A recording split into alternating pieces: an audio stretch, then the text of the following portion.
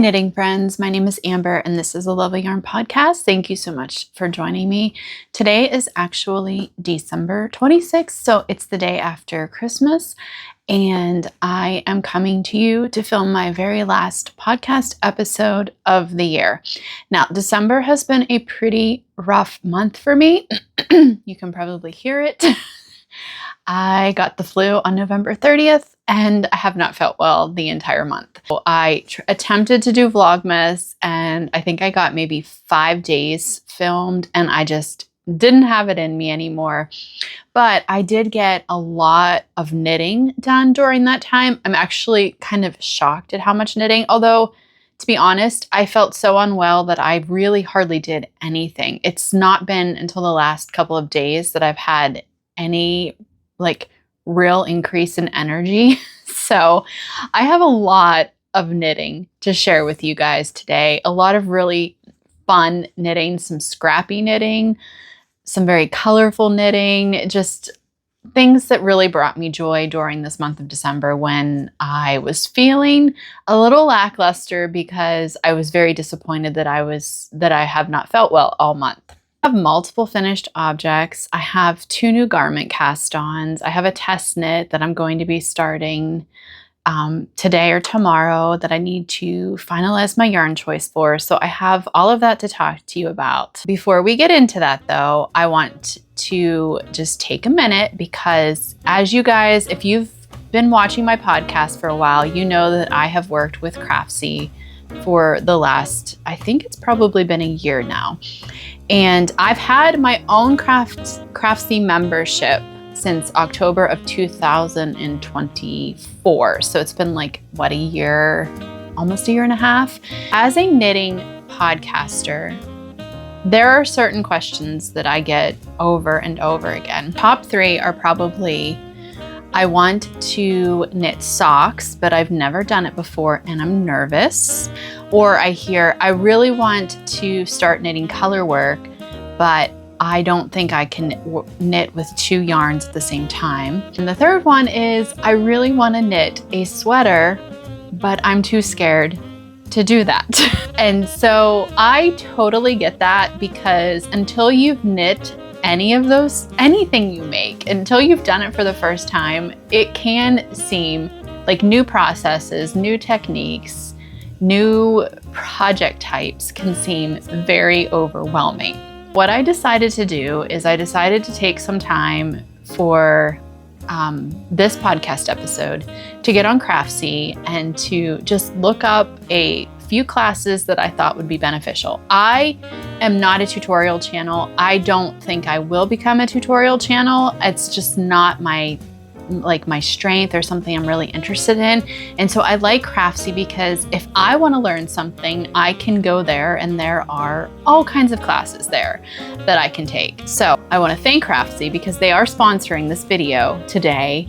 And I want to tell you a little bit about what Craftsy is in case you're unfamiliar with the platform. Craftsy is an online resource for all things creative. They have over 2,000 classes and more than 20 categories like knitting, crocheting, sewing. They have watercolor painting, they have baking, they have some photography classes. When you take a class on Craftsy, everything is broken down into easy to follow lessons, and the classes are taught by friendly, award-winning instructors who walk you through step by step. So if socks are on your list, I really recommend Top Down Sock Knitting, a beginner step-by-step from cuff to toe class. This is by Mary Beth Temple. She explains sock construction in a way that actually makes sense. She guides you through the different construction of a sock, and she will guide you through your first pair of socks from cuff to toe. If you're curious about starting stranded colorwork, I recommend you check out the class Stranded Colorwork Basics and Beyond. This is a class taught by Sun Meyer.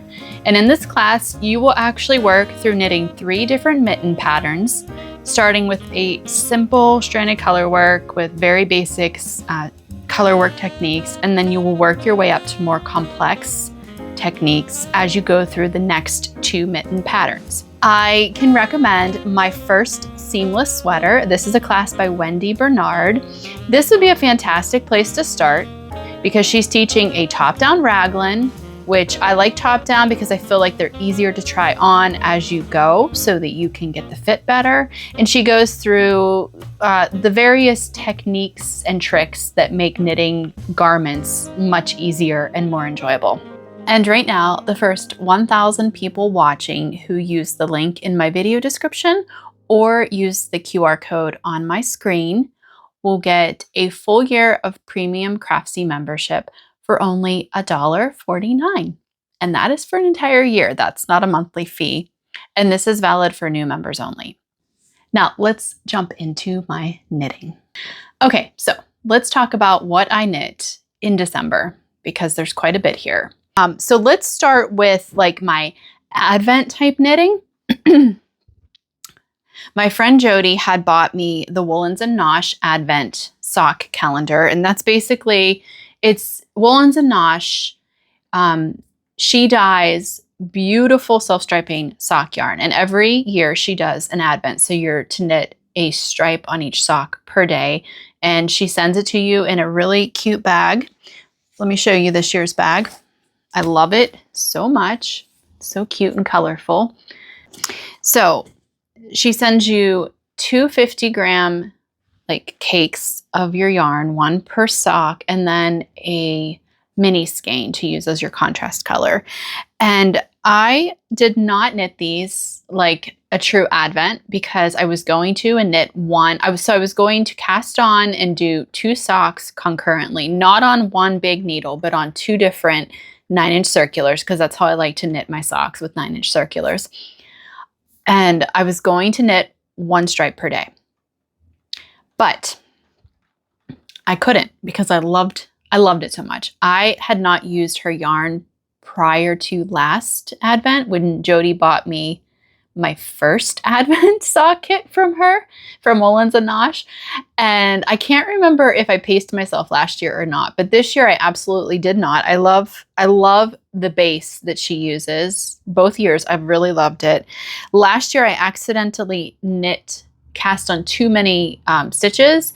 So I cast on the amount I would normally knit for myself, but I think the base that she uses is maybe a bit plumper than what I'm used to because the socks ended up being way too big for me, so I gave them to my husband. So this year I made sure to cast on, I think I did 56 stitches. And let me show you these beauties. They're so fun. So they match exactly. And then the contrast this year was a really nice brown color. And that is the color that is between each stripe as well. Okay, so here are my socks. I haven't worn them yet because I wanted to talk about them on here first. Let me show you what I have left. Oops. Okay, this is what I have left. I haven't weighed it, but there's still, I mean, that's still pretty firm. There's still a lot of yarn here. So I had thought about casting on a pair of shorties with this, but then one of my viewers, Annie, had recommended maybe doing a pair of, I think she called them the November fingerless mitts, which I did look them up. And so what I think I'm going to do is either knit a fingerless mitt, or I'm going to do Tin Can Knits World's Easiest Mitten, I think is the name of it. And I'll link everything I talk about down below. Because that particular pattern from Tin Can Knits, it's a mitten. So I do wear mittens in the winter, but I have thrummed mittens because when it's really cold, I love my thrummed mittens. My hands do not get cold at all. I prefer that when it's really, really cold, but I've never actually worn a mitten that is a lighter weight. So I don't know yet if that's going to be super practical for me. I may decide to do just fingerless mitts.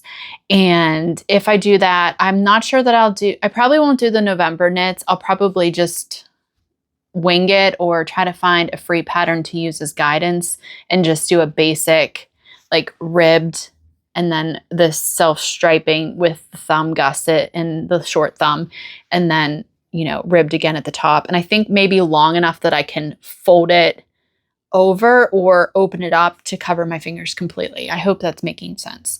And then I haven't decided yet if I'm going to just knit right from this and just start the striping and just use this, or if I'm going to pick out another contrast color. I don't know. I may do a contrast color, but I haven't decided yet. But that's what I'm going to do with the remainder of this. I love these colors so much. And look, so blues are my favorite color.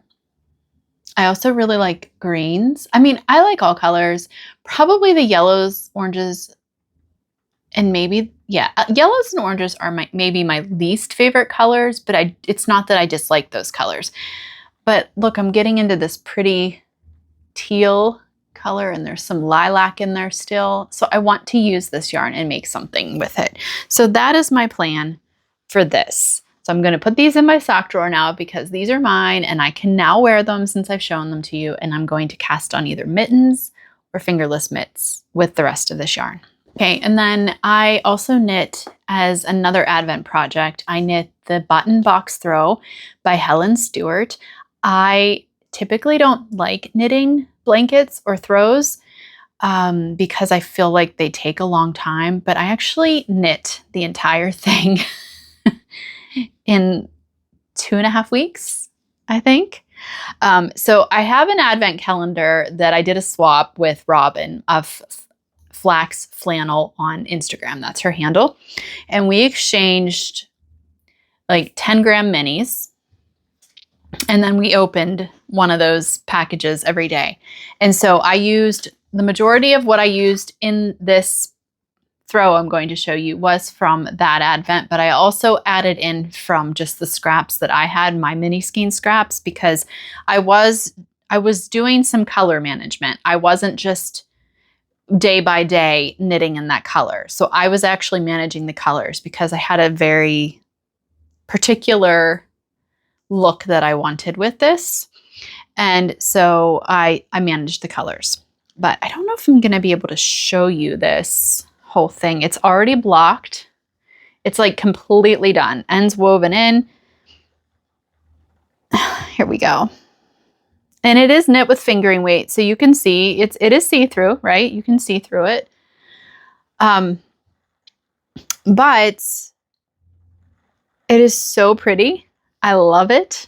I want to knit another one. I may actually knit multiple more of these because it was so much fun. And the constant color changing also made this really enjoyable. And I think that's another reason that I really sped through it. Plus, it was super mindless. And this, I knit per the pattern, okay? Except I forgot to do, I should have done one more garter ridge around, and I forgot. But that is the only thing I didn't do according to pattern. And but I want to say, I'm saying that because you could make this bigger. But what my little idea is I'm just going to make some of these as I feel like it and just put it back as little gifts. Now, this could be worn as a shawl. Like you could make this into a triangle and wear it as a shawl. It would be very easy to do that. And that would be beautiful. I haven't actually tried that yet. Let's see. Yeah, see, very beautiful. But I think this would also make the perfect baby wrap, like a swaddling wrap. So I think what I'm going to do is just, when I make one, I'm going to set it back as a gift for someone who has a baby, whether that's my children in the future or friends that have babies. So this one has already been claimed, actually. Lily, my daughter, claimed this. She saw me working on it, and I literally was no farther than those first 4 squares in the very middle. And she was like, oh my gosh, I love that. Can I have it? And of course I was like, yeah, sure. Cause I had no, like, I was just knitting this to knit it. You know, it's not like I had a real purpose or a recipient in mind for it. So I am going to give this one to Lily. And then I will at some point start another one. It's a great use of your mini skeins, like your scrappy colors. And I just love it because I love scrappy colors so much. Robin had included a multicolored skein, and I think she had dyed it herself. A lot of the yarn that she had given me, she had dyed herself because she is a yarn dyer. And this one was perfect because the one I did the I-cord, so it's finished off with an I-cord bind off, and it is so perfect because it has all these colors that are pretty much all through this throw. So that was like absolutely perfect to finish that off. I love this pattern. I recommend this pattern very highly recommend it. Helen Stewart, Curious Handmade, her patterns are wonderful because she gives like step by step, each round, each row, and then she gives you stitch counts for each round or each row, which is so incredibly helpful. Like a lot of times I don't need them, but if I'm off somewhere and I'm like, oh my gosh, why are things not matching up? Why are things not working out? It's so nice to be able to go to that row or that round and say, okay, I should have like 257 stitches in this round. And then I can count them and see if I'm right. And if not, I'm like, okay, I'm short a stitch, or I have one too many stitches. So I love that. You really don't find that in most patterns, but that is something that Helen Stewart does do. I think in every pattern I've ever knitted of hers, she has included those kind of numbers and instructions. So this is done. It is gorgeous. I love it so much. And my next finished object, are you ready for this little cutie? Isn't this the cutest? His hat's a little wonky because I didn't follow the pattern exactly for the hat, but this is the Snowman pattern. It's simply Snowman, and this is by Susan B. Anderson. And I think I knit this pretty early in the month. Like once I got through the flu, the really bad portion of the flu, which I think was like December 3rd or 4th or something like that, I cast this little guy on. I originally saw this on Instagram by the Angora Moose. Kayla was making, I think she actually ended up making several of these, but she was saying how fun and easy it was. And I was like, that's what I need. I need something happy and fun and easy. And so I cast him on. He's worked from the bottom up. His hat comes off. His hat is, it's supposed to be longer and it's supposed to have a pom-pom on the end. I just ran out of patience and I did my own thing on it. So it's very pointy. I may stitch it down, but I kind of like the craziness of it there.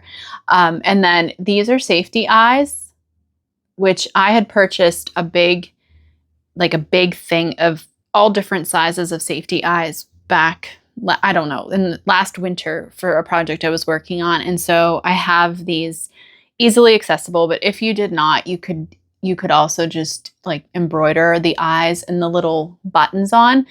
And then he's got a little carrot nose. His little carrot nose, so cute. And an I-cord scarf. I just used scraps. I just got into my scrap bin. This is all sport weight, DK in that area. And his carrot nose was fingering weight because that was Knit Picks pellet that I used for that. And that is a fingering weight yarn. So what I ended up doing, you can hear, what I did was I put dried beans. I had dried northern beans, which are white. I stuck those in the bottom and I filled that probably like up to here just so he would set nicely. And then the rest of it I filled up with wool because I have a lot of just white merino wool that I had purchased years ago when I first started to spin that I would practice with. And so I use that to stuff any little like stuffies or things that I knit. So isn't he cute? He was so fun. I'm typically not a big fan of knitting stuffies and, those kind of things because I often find them fiddly, but Susan B. Anderson does do a really good job with her patterns. She has written a lot of patterns for knitted animals and dolls and stuff like that. And I have knit several of those and I find them very easy to follow, and a lot of them are seamless, and she just does really, so when I was knitting the face, she has you put in a row of pearls so you know where to go back and attach the nose later. Like she just offers these little techniques and tricks to make the process easier and a little bit less fiddly. And she told she tells you exactly where to place these buttons in, and you do it as you're knitting so that you don't have to go back and try to guess like the distance and all of that when you're finishing up. So he's my little snowman guy. She does, in her sample, she has little stick arms, but I've been really sick and I just haven't gotten outside to find stick arms. So he's not going to have any stick arms this year. Maybe next year when I pull him back out. He's going to stay out for a while though. I don't think of him as a Christmas decoration. He's more of a winter. He's our little winter pal. And so maybe he will get some stick arms when I get around to doing that. But he's so cute. I love him. I want to make more of these. All right, now let's talk about, that's all my finished objects. I want to talk about a brand new whip that I'm finally knitting after the past, I think 3, 4, maybe 5 years wanting to cast this particular project on in December, and I never did because I never had the time. So there you go. That's one of the positives of being unwell during the month of December. I had more time to knit than I normally would. I cast on the Felix cardigan, which is a pattern by Christoffers. I have knit the cardigan once in the past. I made a yellow, like a golden yellow one, and I've knit the pullover version of this sweater many times. I don't even know. I've lost count. It's kind of like maybe not as many as I've knit the ranunculus, but quite a few of the pullover, the Felix pullover. So I've had this yarn that I purchased. I purchased the yarn in 2020, and it's Brooklyn Tweed Shelter in the Long Johns colorway. And this is a worsted weight yarn. Of course, it's no longer in production because Brooklyn Tweed is no longer producing yarn.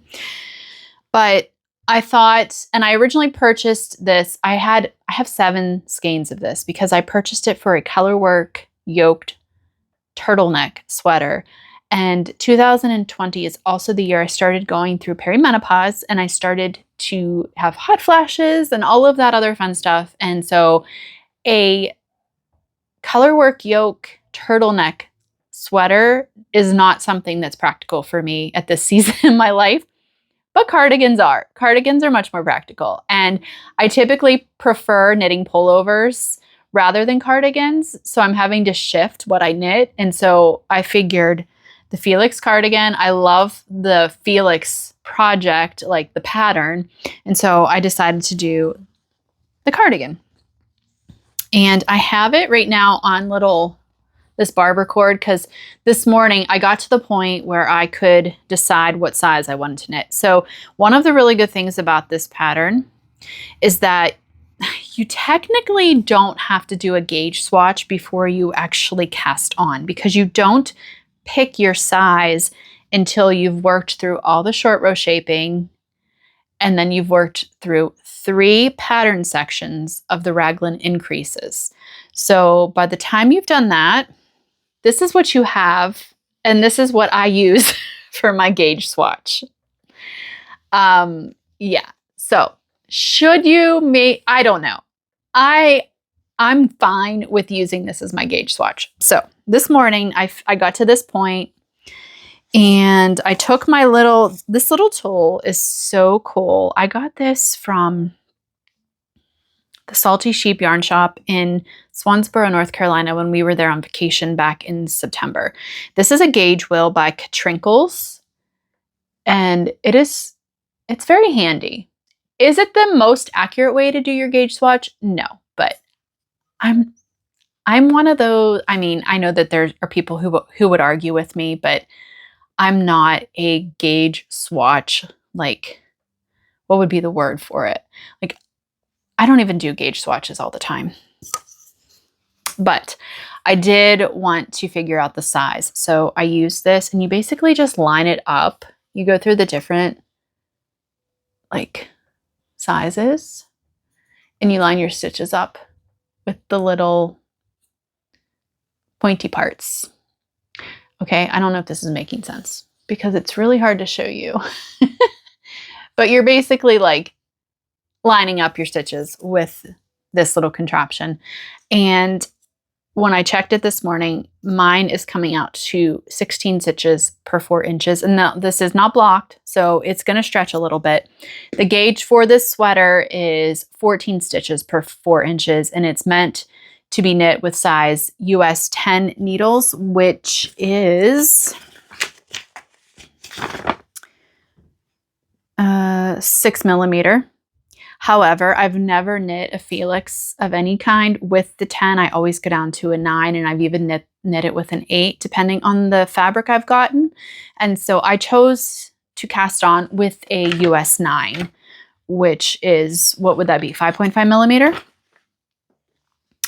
And I like the gauge I'm getting. See, it's like it's kind of open, but it's not too open. I don't like super airy fabric. I wanted a little bit more structure. So I'm really happy with this fabric. And oh no, my barber cord just came undone. So I put it on the barber cord on each end so that I could kind of like drape it around and line it up to see if this is gonna be like, do I wanna do another increase round? This is for the smallest size I've done so far. So I knit this for the 39-inch finished bust, which I was originally going to knit the second size, which is I think 43¼ inch bust, but I'm stopping. I'm stopping here because I still have to go back and add on a button band on each side. So that's going to add more. And I already have, I don't want to mess with my mic, but I'm not going to talk. I'm going to show you here. I'm already having overlap. I can always, if I need to adjust for the width, I can always adjust when I'm picking up stitches for the underarm. So I'm stopping. I'm not going to increase anymore. I don't want a sloppy sweater with this. I wanted it to be big enough that I can wear like a long sleeve t-shirt underneath it, and maybe a button down denim shirt. But I think this is going to be good. I don't want to make it too big because I tend to do that. Rather than make things too small, I tend to make them too big. And I wear them, but then I'm not always completely happy. Plus, if I base my measurement on my upper bust measurement, I think the 39 instead of the 43 would be better anyway. So that's what I'm going to go with. I'm going to knit the first size, and I'm just to the point now where I've stopped all the increases, and now I'm just going to be doing like the raglan knitting, and doing the pretty little, the thing that makes this pattern special is the lace patterning at the raglan increases. Isn't that pretty? And it's on both sides. This is like the sleeve right here. And this is on the front, and this is on the back. I also took my other Felix cardigan and I laid it out on my bed, and I put this up against it, and it's coming out just a tad bit bigger than that one. I did not write down what size I knit with that. Like, Amber, this is how I do things sometimes. Like, I have this knitting journal, but I don't always write stuff down because I start a project and then I'm like, I'll go back, and then I forget. I forget what I did. So I did start taking notes on this. I wrote everything down this morning while it's still fairly fresh in my mind. But this is, I wanted it for Christmas, but my Christmas looked different this year. I hardly have left the house, and I have not gone to any Christmas gatherings or parties or anything like that. So I'm just going to have a really pretty red cardigan to wear this winter, and then I will have it all ready to go next holiday season in 2026. My next project is the Smoke Show by Thea Coleman, and this is the only project that I actually cast on in November. And I haven't worked on this very much because it does require more thought, because it has, it's an all over cabled vest, and you know, you have to reach hearts, and I just wasn't feeling up to that, but I am getting to the point now where I can dive back into it. And let me show you what I have. And I did show this on one of my Vlogmas episodes, so if you watch that, you're going to be seeing the same thing. I haven't worked on it anymore since then, but it is knit back and forth, and it will have the buttons down the front, if you can see, and it's all over cabled. I wanted to do mine in a very neutral color. This color is maybe a little bit more yellow than what I had wanted. So I'm not sure, but I wanted something that I could wear over. I have a lot of button-down shirts of various colors, and then I have long sleeve t-shirts. I wanted something that would go over a multitude of my shirts that I would be wearing under this. And I knew I didn't want to knit it in a dark yarn because when I was looking at her sample, it's really hard to see the cabling. I know it's even harder because this is very inferior printing because I buy cheap ink. But even when you look on the project page on Ravelry, it's hard to see the cables. And I thought, if I'm going to knit these cables, I want to be able to see them. You know, I want to be able to really see them and enjoy them. And so you can see a little bit of the cables. Like I said, I was working on this and then I got the flu. So my brain was not thinking clearly to work on this. So did I say this is Pearl Soho hedgerow yarn? This is my first time working with this, and it is, where is the rest of my yarn? Stand by. Okay, I grabbed another skein that I had. I have them all caked up, but I wanted to give you the details on it. So this is 93% merino, 3.5% cashmere, and 3.5% mulberry silk. There's 243 yards per 100 grams. And it says 19 to 21 stitch gauge per 4 inches, and recommended needle size is a 4 or 4.5 millimeter. And this color that I'm using is heirloom white. This is my first time using this particular yarn. When Pearl Soho had a sale, which they've had a lot of sales this year, which has been nice, I purchased this color as well as another color that I'm not going to show you today, but I purchased it to make myself another cardigan. And it was 25% off, so it was very affordable. But I don't know if you can see this, but it's kind of like tweedy, but not overly tweedy. It's so dark today. We're in a winter storm warning. We're supposed to, oh, we're already getting it. I just happened to glance out. We're getting a bunch of ice and like mixed precipitation, so it's so gloomy. But there's actually little bits of yellow and gray and blue. Let me see if I can. So see right there? And then there's yellow there. So another thing I should mention is I went down a needle size on this. These are 5s. I think it called for a size 6. And when I knit I did do a gauge swatch for this project because with the cables and everything, I wanted to make sure that I was not just jumping right in. But I did not like the fabric I got with that gauge swatch. It was very open and airy, and I was like, I want something more, not stiff, but more structured for a vest. So I went down to a size 5. That's all I'm going to say about this because there's not really a lot to it right now. It is knit bottom up, which is not my preferred way to knit garments, but I really like this vest. I think it would be a really nice addition to my wardrobe. So I will do it. I will deal with the bottom up knitting stuff. And the last project that I'm going to be casting on, but do not have it yet on the needles, is a test knit for Judy of the Autumn Acorn Knits.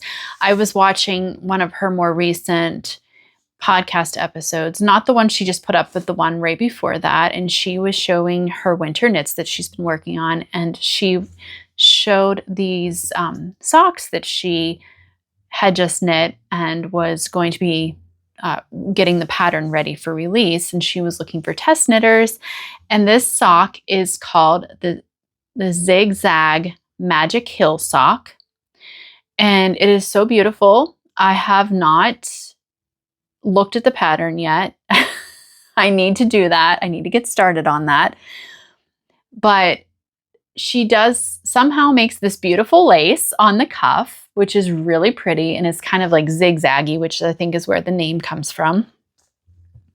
But then Judy developed this technique for a heel, to make your heel, that's called the magic heel.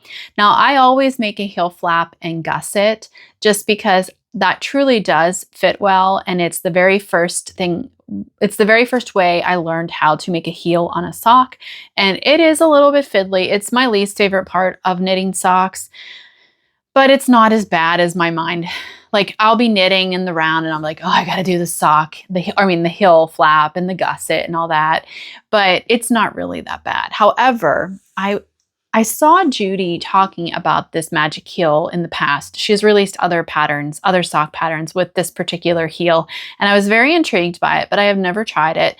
And I loved the lace design that like the lace motif of this new design that she has. So I was like, I'm gonna reach out and see if I can test knit. And so I am gonna be test knitting that. I'm really excited to knit these, and I'm really curious about this magic heel. I am like, how does this work? And am I gonna really like this?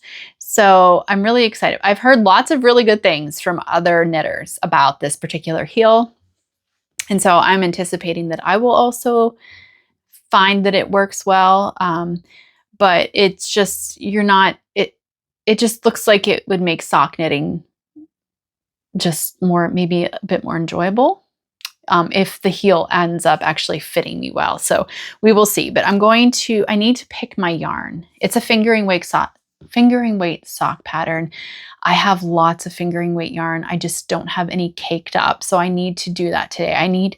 My goal for today is to at least pick the yarn for that and to get it caked up, so that I can get it cast on and so I can get started on it. So I think that wraps it up for today's episode. And this is most likely going to be my last podcast episode of 2025. Thank you for watching. Those of you who watched my Vlogmas, my 5 Vlogmas episodes, thank you for watching. Thank you for sending your prayers and your just telling me, oh, I'm so sorry you're not feeling well. I also want to thank Robin for the lovely Advent swap. Look at this cute little bag. Oops, I undid it. Hold on. This bag, she's also a bag maker. So she knits, she dyes yarn, she makes bags, project bags. I mean, how stinking cute is this? I used to have chickens. I don't have them anymore, but this is so cute. It's got the box bottom, and it's got this really cool snap. Hold on. There we go. That you disconnect. And then she tucked some goodies inside. There's a couple pockets, and there's some goodies. There's some tea, and oh my gosh, what a nice little surprise. I've just found a bunch of progress keepers in here. I didn't even see those when I opened this up. This gift was one that I opened up for Christmas Day. Oh my gosh, Robin, if you're watching, those are so adorable. Hold on. She makes project keepers. Progress keepers too, and stitch markers. And she gave me a couple other ones, but these are so stinking cute. Okay, I can't get them detached to show you better. She also made me this little bag with a pocket, and this had treats in it too. There's some soap, and these are buoys and an anchor because she does live in Maine. And if you've ever been to the coastal area of Maine, you will see there are buoys everywhere. And then there was also, where'd it go? There was a coffee progress keeper in here too, and it was so cute. And now I can't find it. Darn. It's like a little coffee mug. It was cute. It was so cute. It's here somewhere. And then this is some of the yarn. I used the rest. The rest has been used. This is what I did not use. And then she made me this little basket that's lined. And then Molly, if you're watching, Molly of A Homespun House very generously sent me one of her Advent kits, which was so much fun to open. And it is all in here. in this beautiful, so there's 24 20 grams mini skeins, and this was based on Christmas movies. It was so much fun. So much fun to open this. Beautiful, Molly dyes beautiful yarn. Her colors are so pretty and vibrant. And then on Christmas Day, this was the package to open, and this is called Scrooge. So it's this multicolored fingering weight yarn with the pretty brown contrast color.